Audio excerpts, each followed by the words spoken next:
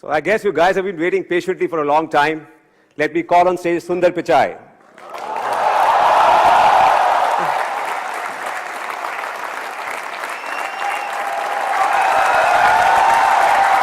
Welcome.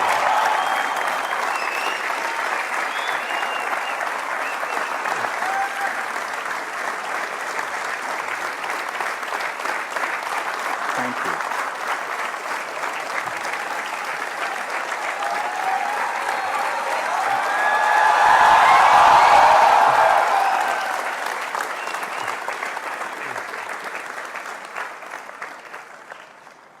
So welcome Sundar to IIT Kharagpur. As you can see, you don't need much of an introduction here. You're a rock star on campus. We have over 3,500 students here in the amphitheater and outside. Hopefully they're not Waiting too for you, warm. to hear from It's you. hot there. Yeah. So tell us, how does it feel to be back at IIT Kharagpur after 23 years? I mean, it is, last time I left, I was making my way to the train station. I was pretty sad to be leaving college. It was an amazing 4 years. I haven't been back since then, so it's, it's extremely nostalgic. I had a chance to come and go back and see the hostel and the wing Beat Up West in Nehru Hall, where I stayed. And I can see there are a few Nehruites out there. But it's been phenomenal to come back. Did you ever imagine that you would be here 23 years later, sitting in an amphitheater like this in front of 3,500 students? No, definitely not. I was, I think, as most people here know, getting into IIT is hard work. And so when I came to college, I was just looking to have a good time.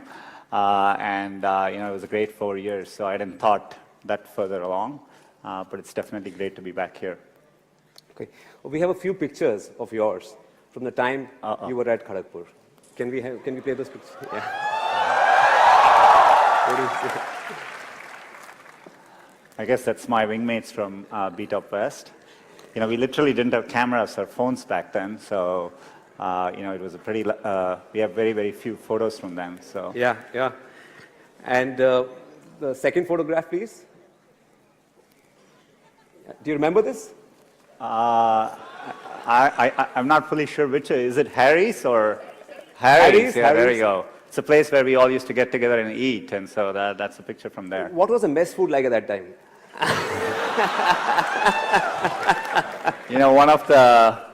One of the favorite questions. When the mess staff was great, but when I used to join, people would ask us to guess whether it was sambar or dal. Is that still the case?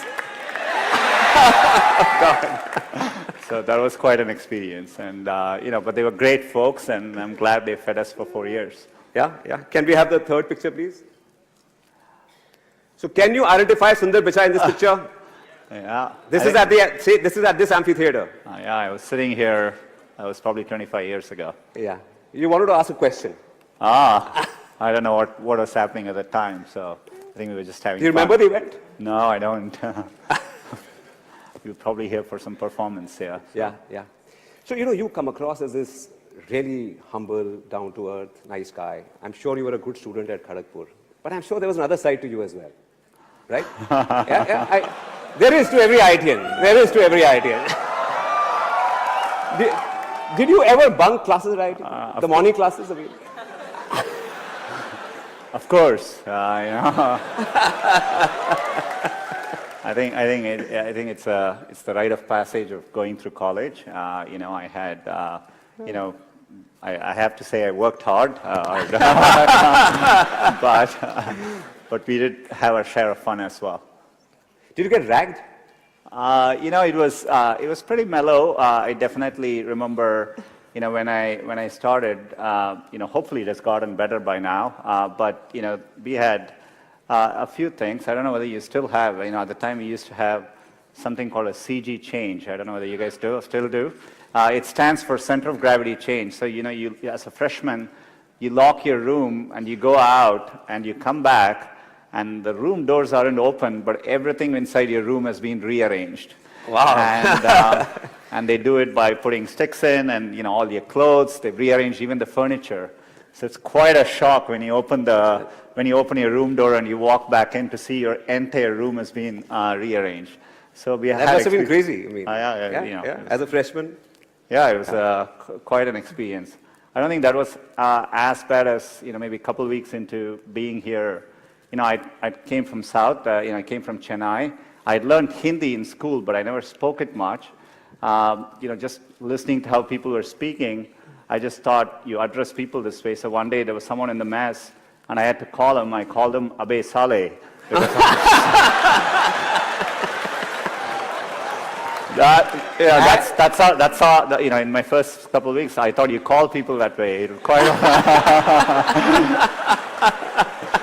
and next thing I know, the folks in the mess were quite upset, and I think they temporarily closed down the mess. Oh, wow. So I wasn't very popular for that day. So you were responsible for the mess shutting down at IIT? Just for a moment, yeah, just for a moment. You met Anjali at IIT, Kharagpur? Yeah, Anjali is my wife.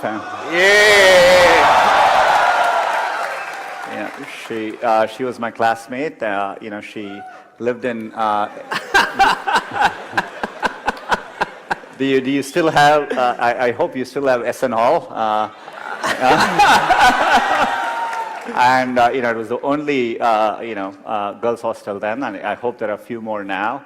And it wasn't always easy if you had to go get someone at the girls' hostel, you had to walk in the front and request someone there to go call them. And so they would go in and loudly say, Anjali Sundar is here for you. So it wasn't exactly a pleasant experience, but Does it still work like that, or you guys use technology? I guess it's moved on by now. Yeah. So, when we were on campus, there was no Google, and there was no internet. Mm-hmm. So how have things changed? You've come here after a long time. Do you see a difference between then and now? Of course, I come to India regularly, and the rate that Rajan spoke about it, the rate at which things are progressing, at least digitally, has been phenomenal, and you see it in every way.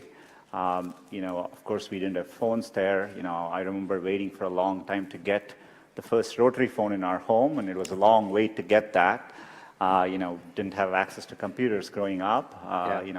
Saw the first computer here for a little bit. We had to book time at the computer center. Book time, carry floppy disks. And floppy disks, It's a very different world. So, clearly the progress has been phenomenal. Mobile is an amazing revolution for India. You have over 300 million smartphones. So you see the change, palpably, across everything I interact with. Though I have to say, walking into Nehru Hall, looking at my dorm, it still looks exactly the same as it did 25 years ago. So some things don't change, which is for the good, I guess. Right. As you know, we have so many students here, and we asked them to send their questions, and we got about 1,200 of them. So we've chosen a few, for you to answer. So if we can move to the first student, Sheikh Muhammad Samir. Can we have your question, please? Yeah, over there, in that corner. Sheikh Muhammad Samir.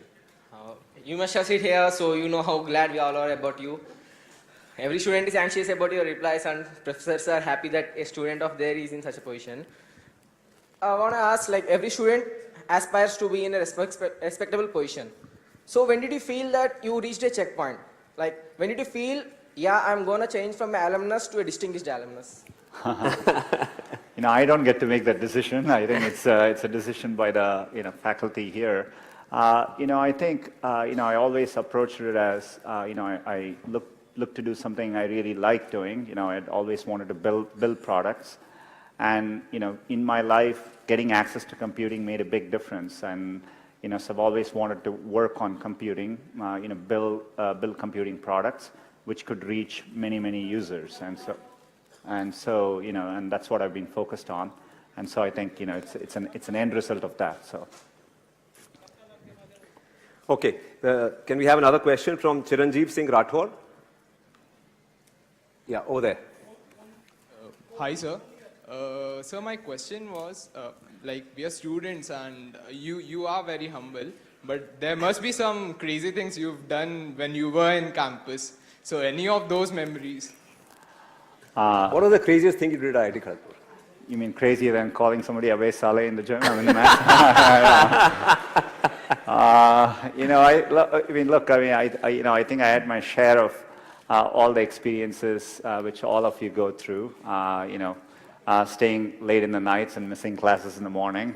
But overall, we had a very, very good group of folks. Living in a campus like this, you come away from home far away for the first time. And my best memories are with my wingmates. You develop close friendships, and visiting this trip in Bangalore, I got to see a few of my old Kharagpur classmates. So good memories. Oh, wow. So shifting gears a bit, 10 years after you left IIT, you joined Google. It was 2004 or 5? 2004. Yeah. And 10 years later, you were running Google, the world's most innovative technology company, right? The Google products just grow on you. Google Search, YouTube, Android, Maps. What is it that drives innovation at Google? I think we've always had an ambitious approach to it. We call it internally as 10x or moonshots. We try to work on things which, the criteria we think is we want to work on things which people will use every day. Mm-hmm. It will apply to billions of people, and it solves a real problem for them. So that's the bar. So anything we try to do, we think of it that way. And so we aim high. We try to use deep computer science to anything we approach so that we can have a differentiated approach to solving it. And you want to aim high enough that you fail, a few times. I think that's the natural part of the process. In fact, Larry used to say, if you work on really difficult things, you're better off because you have no competition. Others aren't working on that difficult a problem. And even if you fail, you end up doing something great in the process. And so I think that's the philosophy which has guided us all through these years. So you don't touch anything which is not relevant for at least 1 billion users. We think, if the product is successful, that everyone should be able to use it. It applies to everyone.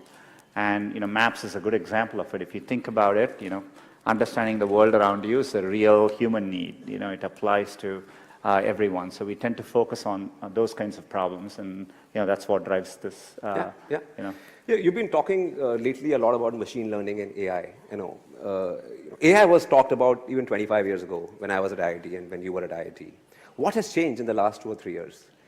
Why has AI become suddenly, and machine learning suddenly become the new buzzword? I think the biggest advances you're seeing is largely due to two things. The techniques which we use in deep learning, deep neural networks, have been around for many years. But early on, they weren't that effective because you just didn't have the computational power to run these algorithms. Just for the past many years, the computational power has dramatically increased. So when you run deep learning on the latest computation, and with access to better data, you get dramatic breakthroughs. So for example, we recently launched Google Translate, and this is machine translation, and using our deep learning systems, the translation quality improvements just in the last year is bigger than what we've seen in the past 10 years cumulatively. Wow. So it tells us that the ability for computers to do these kinds of tasks, be it image recognition, speech recognition, voice recognition, it's really hitting a tipping point. So I think we are definitely in a point of inflection, and we are investing a lot as a company here. And I can't wait to get these benefits to as many users as possible. I think it'll really drive the next wave of computing. Excellent. You were in Bangalore. You met startups in Bangalore. And I heard you say that there's nothing really missing as far as startups in India go. They're as good as startups elsewhere in the world. But there's one thing which sort of, we also invest in startups, and we face this problem as well ourselves as a company, that the Indian market is not large enough to invest a lot in technology. So, so how do you, in a situation like this, compete with MNCs which have large investments in technology? No, I think it's a good question. I think part of the problem is in India, the potential is there and the market is developing. I think it'll take a few more years for it to fully realize the potential. For all its potential, we get excited about smartphones, but we are talking a number of 300 million in a country of 1.3 billion people. Yeah. And not all of them have good connectivity as well. So I think the digital market is still developing. And so that's the problem you run into. And Yeah. so as companies getting built here, it's difficult to scale across India and reach that full potential, which gives you the resources to go compete internationally. But I think it's just a moment in time. Hopefully Indian companies are more thoughtful about, when they build stuff, also targeting similar areas like Vietnam and Indonesia and Thailand. I think those markets are developed, and and the same products would work in those markets as well. So I think they need to set their sights a bit bigger. But it's a good question. But I think the trend lines are strongly in the favor. I think every year I can see the rate at which things are changing. Yeah. So in about 3 to 4 years, I wouldn't, I'm pretty convinced, at least in a 5 to 10 year time frame, that there will be big global, software companies coming out of India, and we will be very used to it. So when these guys graduate and when they want to build the next Google, they should build for the international market as well, and not just for the Indian market? Yeah, I mean, I would aim big, and I definitely think you can build from India, and we see that at Google, increasingly there are things which we think about building for the Indian market, but which we think will apply globally. Yeah, yeah. So we are here sitting at IIT Kharagpur, and technology, as we know, is disrupting everything. It's disrupting education as well, right? Elementary education, even higher education. Today, you can get access to the best courses offered by the best universities in the world online, right? Mm-hmm. You can get access to courses from Stanford, MIT, everywhere on your desktop, right? So in a situation, and there are 5,000 engineering colleges in India and many other institutions. So what is sitting where you are, what would you recommend to them? How should they be looking at education? How should they be thinking about education going forward? I think, it's one of the great things about India is this tremendous interest in education. People talk about it all the time. Most parents aspire for this for their children. And so I think it's a great foundation we have as a country. I think education needs to evolve and change just like with everything else. In my experience growing up here, I think there's a lot of emphasis on, spending time on the books and, learning things academically. Yeah. I think, working the real world, I would say, it is important to be well-rounded. It's important to, try different things, take some risks. I would encourage people to, follow their passions a little bit more. I think one of the, for all the great things about the Indian educational system, I think there's a lot of pressure to follow set lanes throughout your career. You're in high school, you're thinking about college. I get very surprised people come to IITs and immediately they are thinking about IIMs and so on. Yeah, I think it's important to get real-world experience. And if you take the US, for example, at a place like Stanford, most students don't choose their majors till their final year. So people explore different things and find what they're really passionate about. So I think those are all good things to aspire to. I think I would like to see people value creativity, value experience of doing things, taking risks, and academics is important, but it is not as important as it's also made out to be. So you would want people and institutes to focus a lot more on experiential learning, project work, internships, stuff like that, to get real life experience. Yeah, I think that matters a lot. I think people should be encouraged to take risks a little bit more and try different things till they find what they like doing. Yeah, and things have changed. It's okay to fail even in India now. Oh, I absolutely think. Look, it's remarkable to be at IIT. There are many, many great people who don't make it in, and you will see this later in life. People do well from all walks of life. I think it's important to remember, getting into an elite institution doesn't guarantee success. It matters a lot, but it doesn't guarantee success. And I think it's important to keep that perspective in life. And life is a long road, and so you want to take it at the right pace and enjoy what you're doing. I just I interviewed a guy recently for our company, and he was all of 26, 27 years old, and he had done a startup after graduating. And he was very excited and he wanted to do new things. So I asked him, what happened? Why did you give up on the startup? You've already done 1 or 2 things and you want to try a 3rd thing.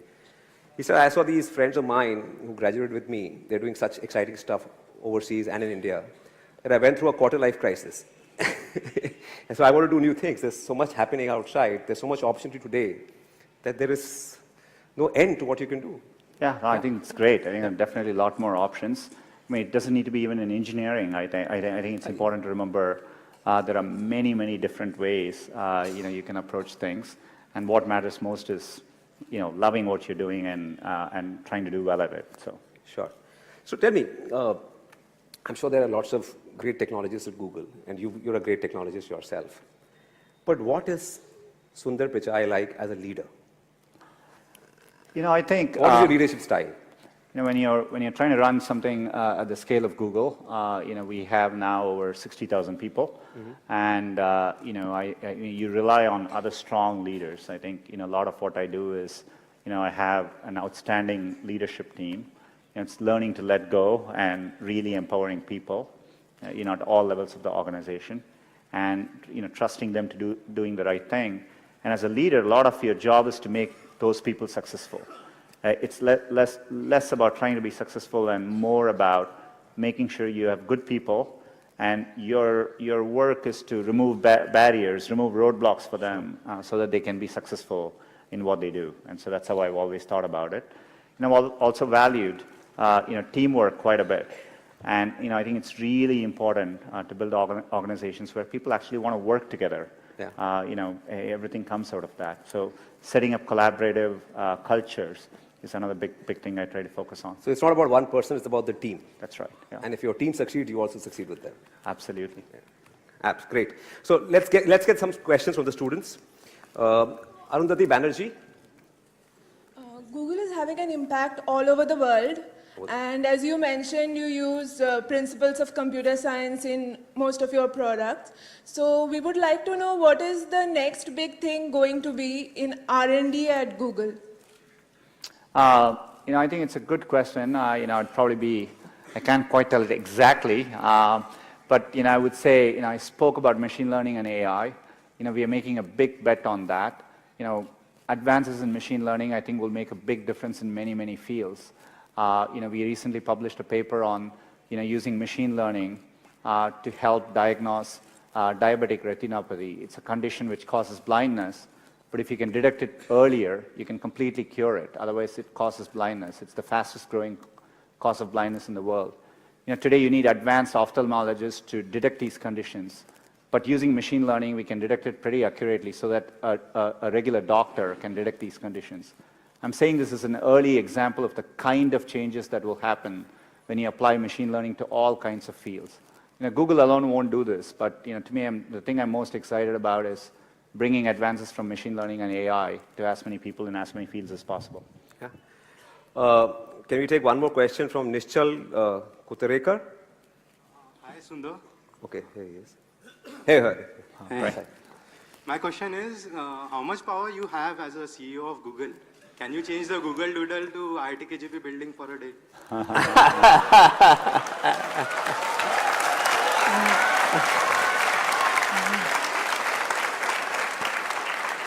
I'm going to send a message to the team.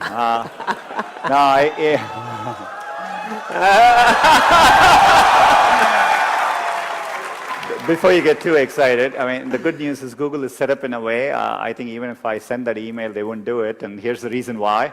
I think we have, we build an organization with strong ideals and values on when we show doodles, for what occasions, and it's less about what I want to happen as much as, we have a set of rules to go by. But KGP definitely deserves celebration, and look forward to doing it in the most thoughtful way possible. So we are a client of Google. Can you put us on the homepage of Google? There you go. That's why we are thoughtful about these things. Great. So, okay. Can we go to Sankalp, please? Oh, Sankalp is here right behind us. Yeah. Hello, sir. Oh. What is the role of Google in the digitization of India? I think, it's very much with our, core to our mission statement. As I said earlier, we really try hard to build products that work for everyone in the world.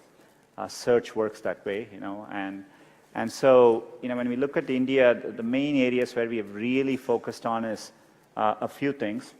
To really make a difference in India, you need to get Google working in as many languages as possible. English is only spoken by a small segment of the overall population.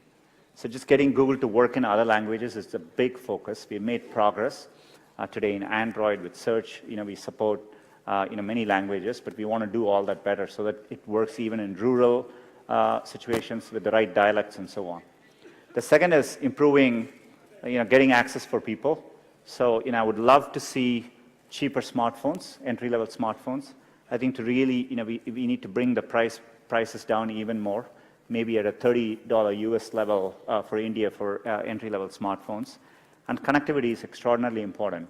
This is why, we've been working on the Wi-Fi project. We have connected 100 railway stations. I heard the Kharagpur railway station has Wi-Fi.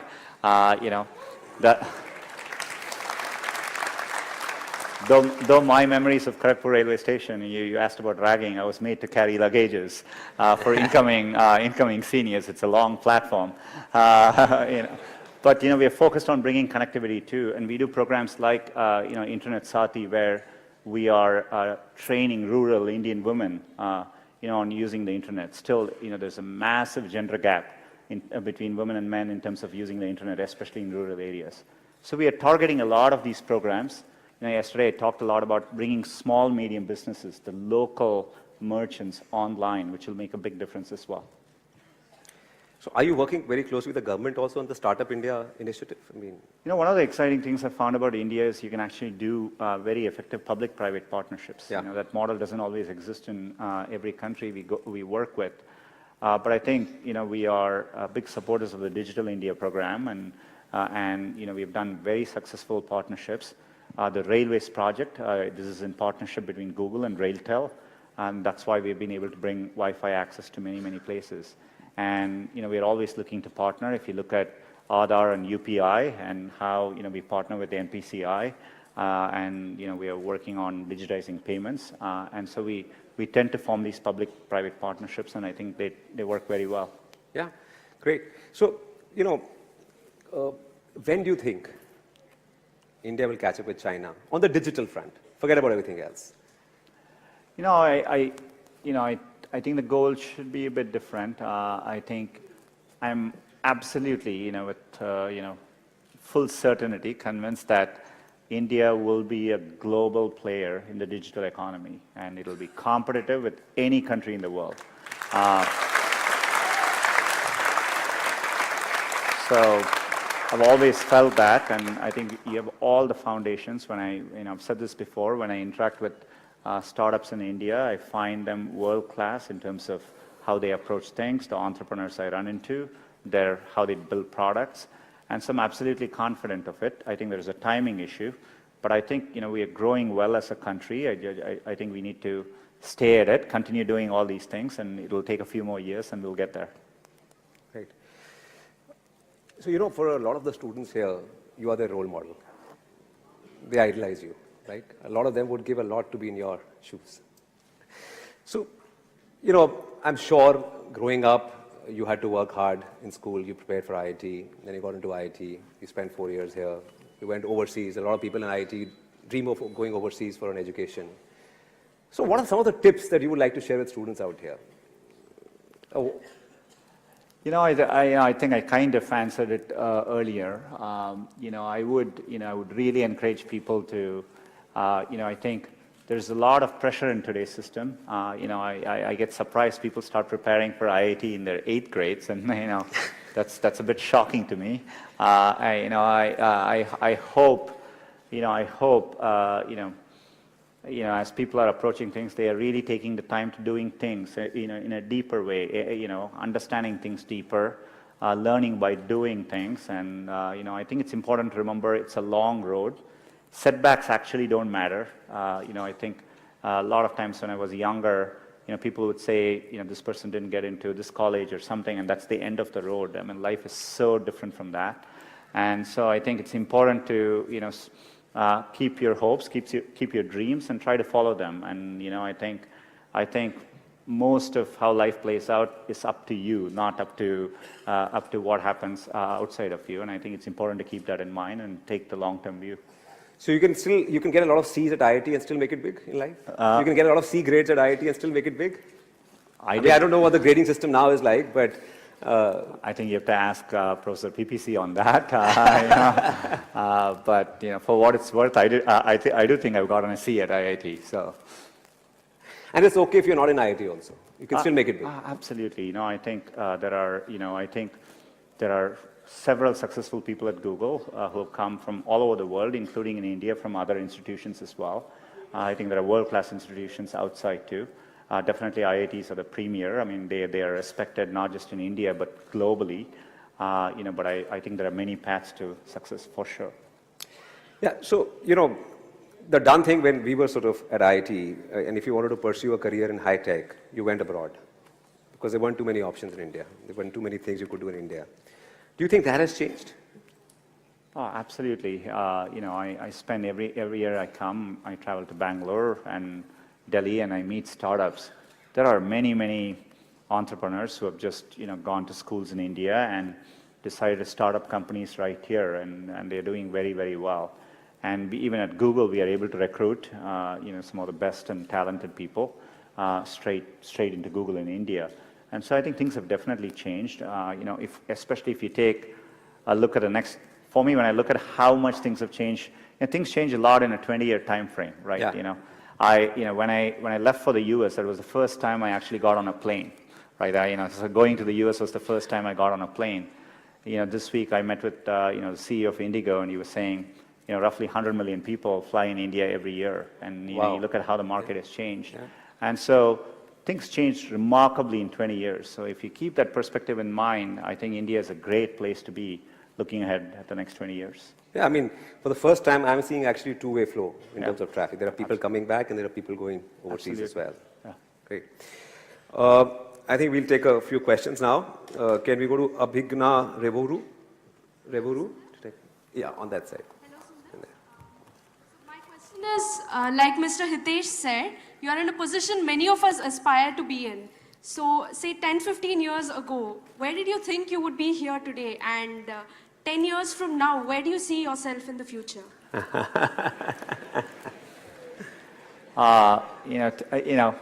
10-year shifts are really big. Just so you understand, in the 80s, mid-80s, the personal computers came into being. 10 years later, the internet came into play.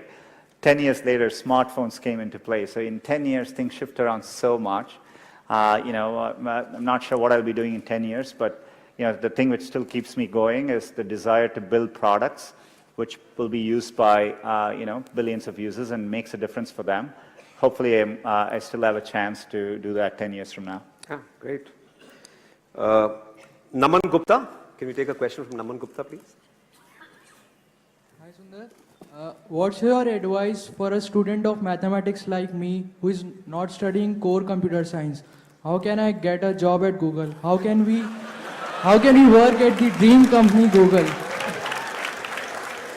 So how many people here want to work for Google? Yeah. Wow. Maybe we should open a campus in Kharagpur. The good news I would have for you is, mathematics is foundational. Earlier I talked about machine learning. If you look at what machine learning is, a lot of it is just, most of the, to do real improvements in machine learning algorithms, it's all mathematics. In fact, I think it's easier to train a good mathematician, train them on the computer science needed to become a machine learning expert than the other way about. So, I actually think you're on a good path, so keep doing it. Thank you. Okay, I have a question from Shaurya Kumar, who could not be here today. Yeah? Can you tell us what you remember from your job interview at Google way back in 2004? I interviewed at Google on April 1st, 2004, which is April Fool's Day. And Google had just announced Gmail, and it was invite only, and so but people weren't exactly sure whether it was an April Fool's joke. And so I remember doing my interviews during the day, and people kept asking me, "What do you think of Gmail?" But I hadn't had a chance to use it. I thought they were, it was an April Fool's joke. So my first 3 interviews, I couldn't answer it well because I didn't use the product. It was only in the 4th interview when someone asked me, "Have you seen Gmail?" I said no, and so he actually showed it to me. And then the 5th interviewer asked, "What do you think of Gmail?" And I was able to start answering it then. So the final 4 interviews, I actually told them about what I think of Gmail and how to improve Gmail. And that's my interview experience like. Somebody in the middle also took me to have ice cream in the middle, which showed me Google was a very, very different place as well.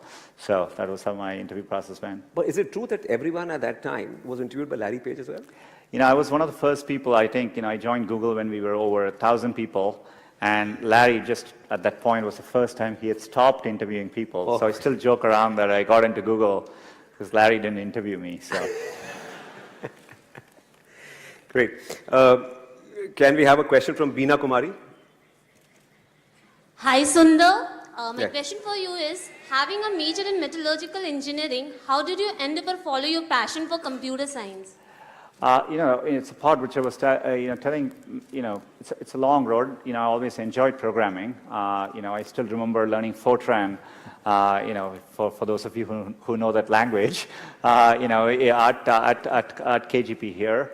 And I always enjoyed programming, so I did that on the side, and that became something which I pursued, because I really enjoyed doing it. Yeah. Can we have a question from Ashish Dhiman, please? Ashish Dhiman? Okay, there at the back. Hello, sir.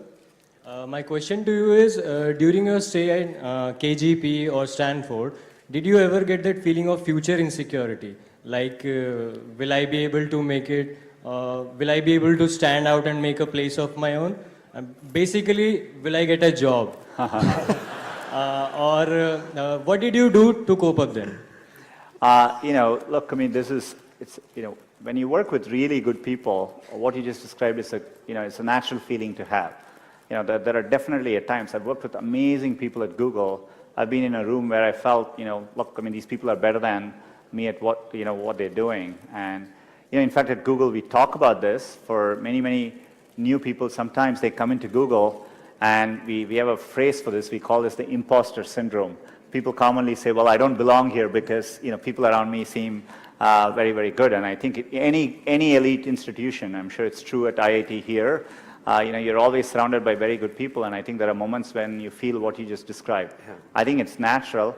If anything, I would say you almost always want to feel that all through your life, because that means you're working with people who are very, very good, and and that's really important. So you always, if you feel very comfortable in what you're doing, I don't think you're pushing yourself enough, and so I think you always want to strive to be in environments where you feel the people around you are a little bit better than you are. Thanks.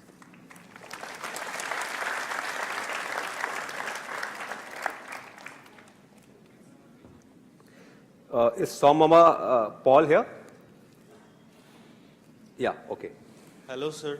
Sir, my question was, being a first-year student, this question has always troubled me, that how can we make the most of the 4 or 5 years we spend in the campus, because there are so many activities and avenues we can actually engage ourselves in.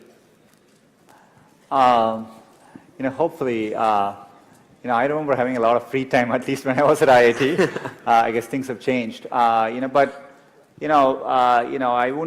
overthink it. The way I would answer these things is, I would do what feels something like you like spending time on, and I would use that as a yardstick and not feel the pressure to do what others are telling you to do, right? And so I think at least my solution, the way I dealt with these things, was try and feel what I really enjoy doing and pursue that. So hopefully that's the way to do it. The IITs are great at imparting technical skills to students. But when you go outside, you need some soft skills as well. So, and I remember during my time at IIT, we had to do a few courses in humanities as well to graduate. Yeah. But they were sort of looked down upon in some sense. This is not the hardcore macho stuff. So what is your feeling? What do you think? Should students be developing themselves holistically? Should they be spending time on stuff outside the core technical stuff to get a wider perspective? I think so. I think it's good. I regret not having done it more when I was here.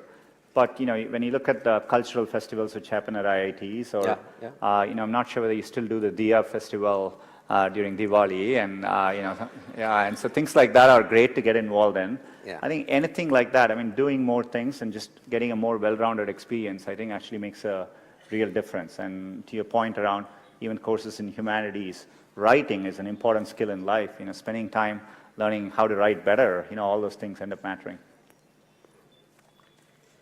Great. We'll now move on to what is called a rapid fire round. Have you seen Coffee with Karan ever? Here and there, on YouTube. Okay. Well, we won't put you we'll put you in the hot seat, but we won't ask you very tough questions. Okay, great. Thank you. Okay, but in the interest of time, many of these questions are from students, but I'll sort of take them. So the first one is from Vishal Sharma. How do you spend your free time? Free time. Do you have free time? Definitely. I have young kids, so I try to spend it with them. I love watching cricket and soccer. If I get a chance, I do that too. So try to stay in touch with friends and family. How old are the kids? 13 and 9. 13 and 9. Yeah. Okay, this one is a tricky one from Amol Sakhle. What was your GPA at IIT? I would say, too embarrassed to admit it after my first year, but really good the next 3 years to make up for it. So that's how I would say. So there's hope. Year 1 students, if your GPA is low, there's still hope. Okay, this one is from Surajit Mura Singh. Who was your idol during your BTech days? Many. I would say many people. I admired people from all walks of life. This week I met Mr. Narayana Murthy. Had a chance to have breakfast with them. Admired people like that who put India really on the map globally. I love watching cricket. Love watching Tendulkar play. Tendulkar started playing when I joined IIT, so things like that. The next one is from me. Okay, the next one is from me. Who's your favorite Bollywood actress? Wow.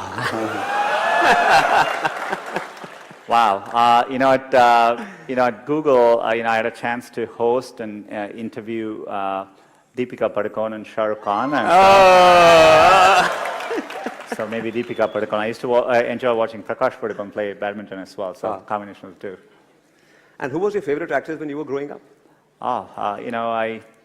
Favorite actors? Actress growing up. There were many. I can choose. Do you have a poster in your room? I don't want to comment on posters and what happens in college dorm stays there, right? So. Great. Okay, this one is from Ankit Kumar. Who was your favorite professor at IIT Kharagpur? There were quite a few. I think, Professor Roy from my department, Professor Indranil Manna, who is now at IIT Kanpur. They were two of my favorite professors. So. Yeah, great. This one is from Gaurav Malik. Do you still get calls from your college friends? I do. Today it's much easier to stay in touch through many different ways, but, I definitely, as I said, a few of us met up in Bangalore, and so it was good to meet with a few friends from KGP in Bangalore. So I still. Do you have a group which you are on with all these friends? Yeah. I mean, we follow them on Facebook, WhatsApp, everything, just like everyone else does. Okay, great. And this one is from Fahad Shaheen. How can I replace you at Google?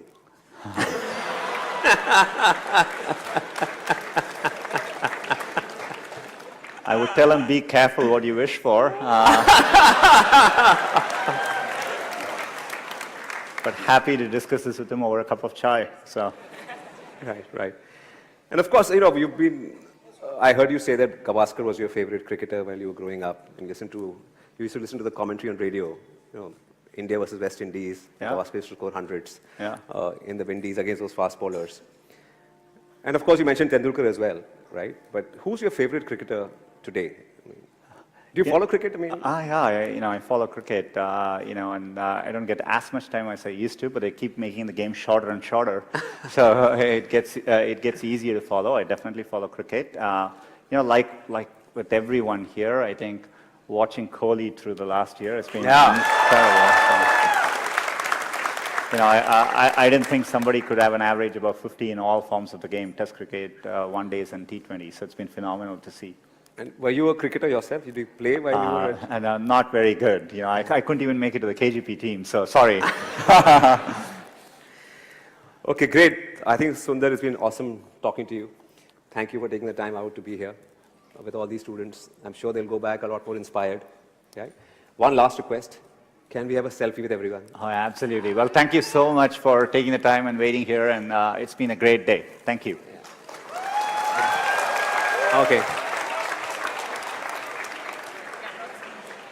Okay. Is it okay? All right. I'll just click a few.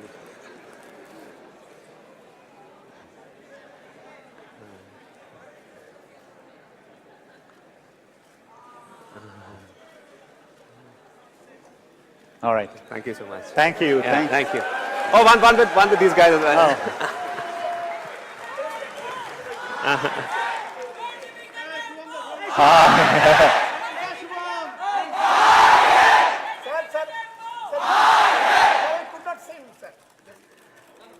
All right. Thank you, guys. Thank you so much.